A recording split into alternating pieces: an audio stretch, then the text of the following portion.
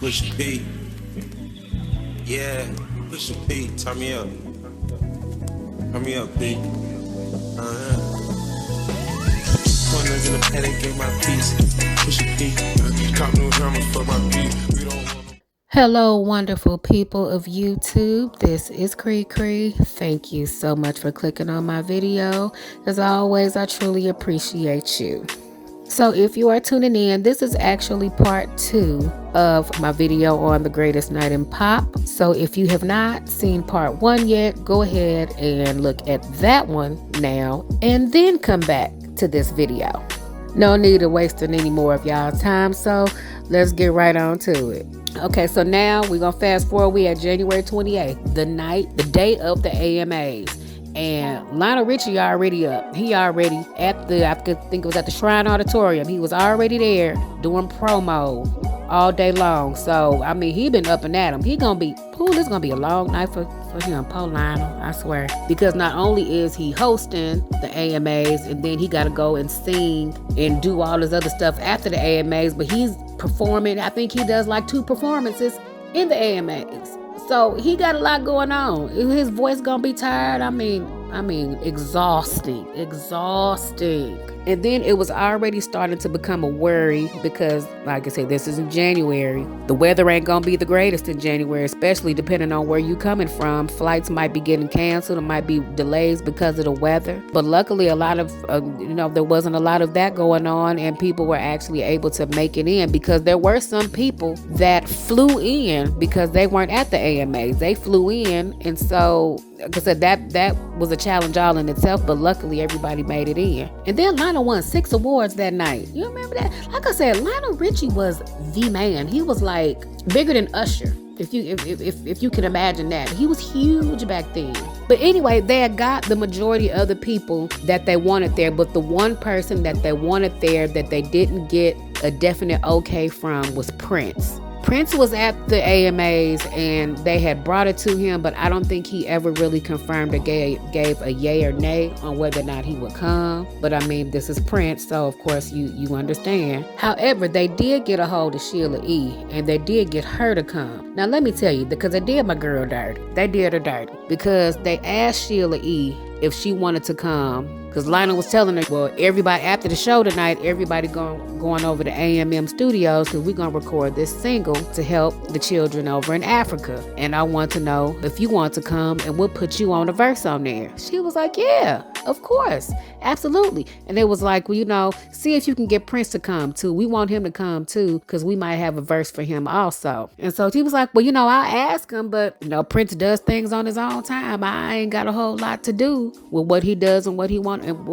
do and what he don't want to do. I don't have a whole lot to do with that, but I'll run it by. So they said, okay, cool. Well, Sheila E. will be there. It's 50-50 on Prince. But like I said, I'm gonna get into why they did Sheila E. dirty. Because like I said, I'm still a little mad about that. I feel some kind of way too if I was her. And so while everybody else is at the AMAs, Michael Jackson and Quincy did not go to the AMAs. They were actually already at the studio setting everything up, setting up the lighting and things like that. Michael was recording his vocals and recording the guide vocals for everybody else to listen to when it came to singing their parts. So he was already working. He opted not to go to the awards to just go ahead and get to working with everybody else in the studio. So about 9:30, 10 o'clock, everybody starts leaving the award show and start making their way to the studio. So everybody starts trickling in. So everybody gets there. Everybody still got a bit of energy, still kind of high off of the night, and so everybody ready to get to work. It takes a little minute to kind of calm everybody down because everybody wanted to make noise, or they're hooping and hollering.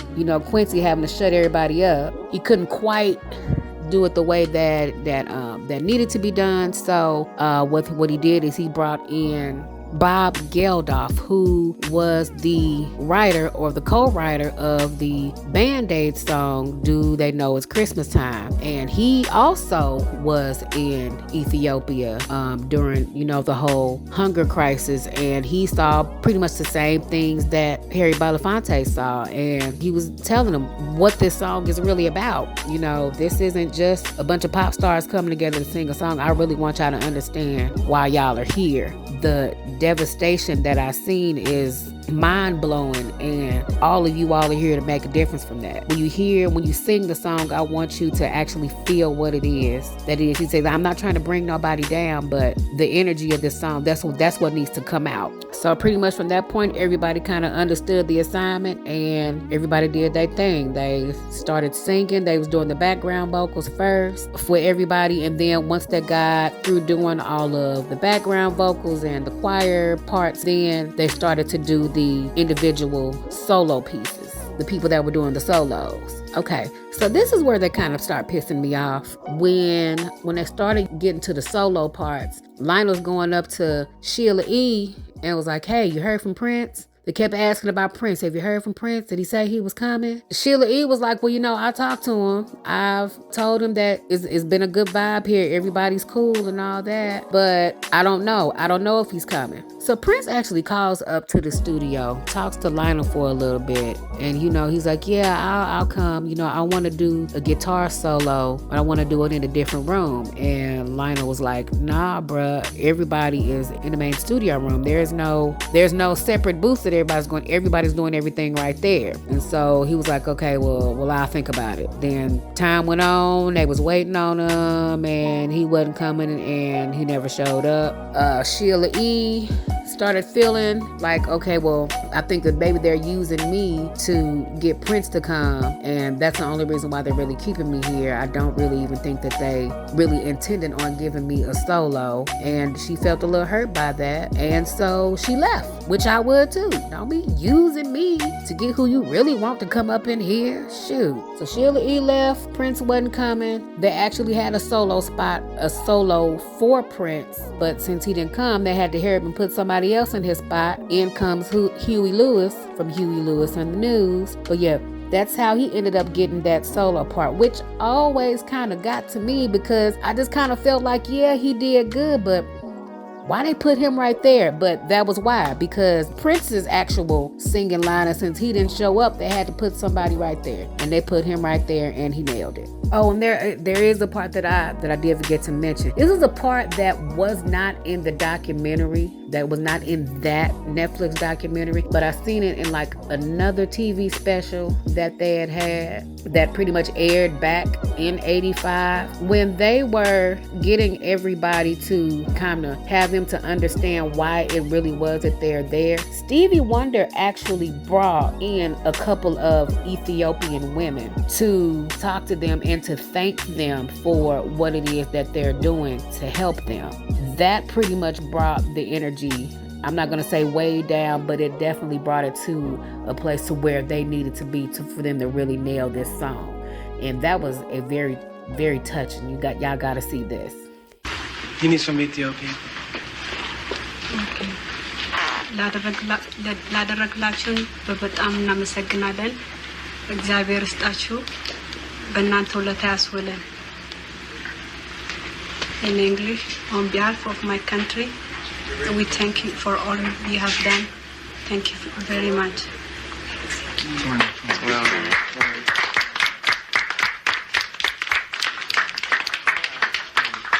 Yeah, that would have been a very, very touching, moving moment. It was onions being cut up all up in that room, for real.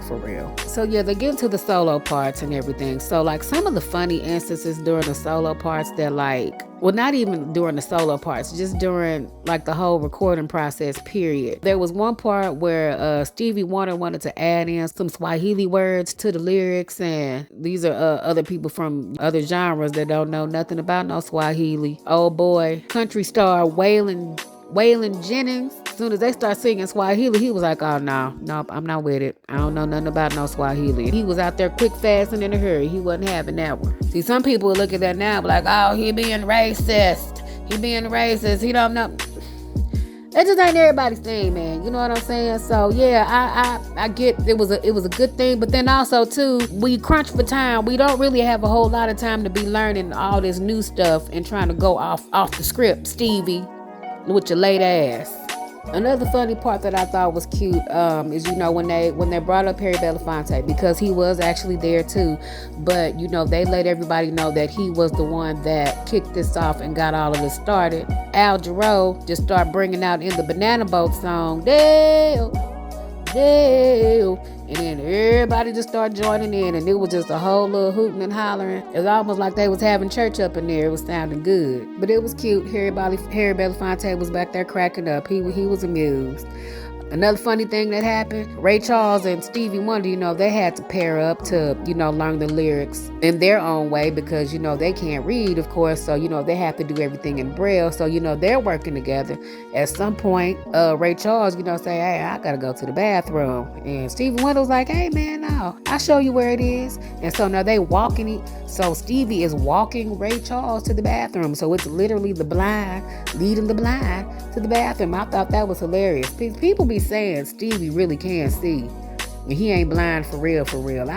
Sometimes I be believing that, like, man, you can't be blind. You can't be, cause you know too much. You know where too much stuff is for you to be blind. You know what I'm saying? It's just, yeah, it's a little sus, Stevie, with your late ass.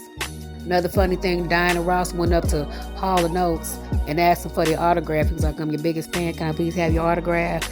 And then from that point, everybody just started autographing everybody's sheet of music. I thought that was kind of cute too. The funniest thing that I cracked up at is Al Jarreau. Al, baby. Al was turning up. Al was turning up before the song was even done. He was back there popping bottles like it wasn't nobody's business. Mine was like every time he brought a bottle in, I took a bottle out. I was like, well, damn, Al is like that. He was so turned up that by the time it got to his part of singing, he couldn't even remember his words. He can't remember his words. He can't remember the part. He supposed to sing. He coming in late. He just like, yeah. Sometimes you wait till after the fact to turn up. Wait till after you get home to start turning up. When y'all there to work, don't be drinking on the job. Don't be doing that, Al. I just thought that was funny. So the night is getting late. Everybody getting weary. Everybody getting hungry. So then they started ordering Roscoe's chicken and waffles. So this went on all night long. All that stuff that you seen on that video happened all in the span of 8 to 10 hours. So all in all, after, you know, everybody sang their parts and everything wrapped up, by the time it was over and everybody was going home, it was 8 in the morning. It was 8 o'clock in the morning. So they went from 9, 10 o'clock at night to about 8 in the morning. That's a good 10, 11 hours. And after being gone all day, up and out of them all day, going to award shows, flying in from wherever they was flying in from. It was, I know everybody was tired. Everybody was exhausted. And then people still had to get up the next day and still continue to work. People had to go on tour, was starting tours up and all this. These musicians, boy, after something like that, I have a new respect for those musicians. These musicians now ain't gonna, I don't think they even got that kind of drive in them. And the crazy thing about this is all of this was voluntary. All this was voluntary work. Nobody got paid to do any of this. Not the sound engineers, not the lighting crew, not the camera crew, not the artists. Nobody got paid. Not even Lionel and Michael and all them that even arranged and wrote the song. Nobody got paid from any of this. This was their way of coming together and helping people that were less fortunate than them. You can't ask for nothing better than that. That would have definitely had to been a truly humbling experience. And I don't think that any of those people that were there that night knew the impact that they would have been making and how huge that single would have become after that. Because the single got released, I want to say March of 1985. And from that point, I mean, that was like the song of 1985. Like I said, you couldn't go anywhere. You could not go anywhere, inside or outside, without hearing that song somewhere. They played that song everywhere, so many places. I remember us singing that song at my preschool graduation, okay? It was huge. I will say this, though. I heard that song so many times in my younger years. Like I said, to the point to where I was just tired of hearing it. But hearing the song now as an adult, almost 40 years later, the song really hits different, especially after watching this and seeing everything that got put into it from the start of it, from start to finish. I seen everything, and knowing that the time and energy and blood, sweat, and tears that everybody put into it, to put into this one song for it to be as big as it is. I mean, like I said, it has a whole new meaning to me now. Immediately after watching the documentary, I went and turned on the video and started watching the video, and probably watched it like 5 times in a row, like I had never seen it before. It felt different to me now. And I ain't gonna even lie, I even got a little emotional a little bit, just knowing everything that led up to that moment. It was truly phenomenal for me. I don't know why, but my most favorite part of the song, even though I love the song, but my favorite part of the song was when they were doing the chorus the second time, when they were doing the second part of the chorus, where it was Bruce Springsteen, Kenny Loggins, Steve Perry, and Daryl Hall, when they were all doing their individual parts in that second chorus. I don't know what it was about that, but that part moved me. That part kind of like ushered in what the rest of the song was gonna be, and it just made it that much more moving. It's like it gelled together with the rest of the song, and it was like that missing piece of the puzzle. I know that don't make sense to a lot of you, but like I said, for me, that was the best part of the song for me. Another very moving part, a very touching part, is when they had Bob Dylan doing his part, because a lot of you may not know who Bob Dylan is, but he's a singer from the 60s. He's more of a folk singer. He's very different he's not like a lot of the other singers. He's very different from the singers of that time, the raging 80s. You know, he's not that. And you can tell him, like, part of the films, you could see him, he felt out of place. He did not feel like he belonged there.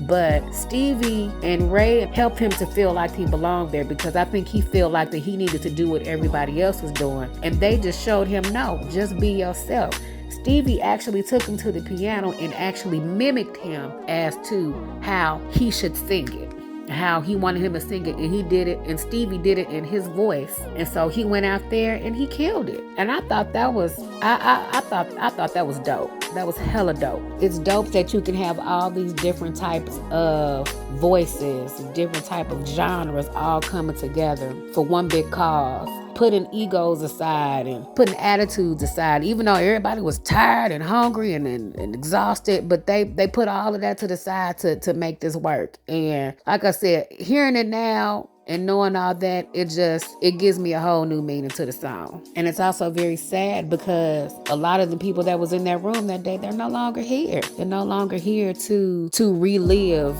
this joyous night that happened. You know, we just recently lost Tina Turner last year. And then, you know, Al Jarreau's gone. James Ingram's gone. Kenny Rogers is gone. Even Captain Cragen, the one that helped to bring all these people together, he's gone. It's a sad moment when you look at that. And Michael Jackson is gone. I'm like, it's just, knowing that, it's just like I said, it leaves a little bit of emptiness, because they're not here to celebrate with everybody else. But you know what? That's all I got for right now, because I just realized I've been rambling. Like I said, when it comes to music and it comes to documentaries, especially music docs, you will not get me to shut up. So I'm gonna end it right here. You let me know what you think of it. If you've seen The Greatest Night of Pop on Netflix, let's get down in the comments and let's talk about it. What are some of the moments that you like about it that maybe I didn't mention? What was your favorite parts of it? Is there any funny parts, sad parts,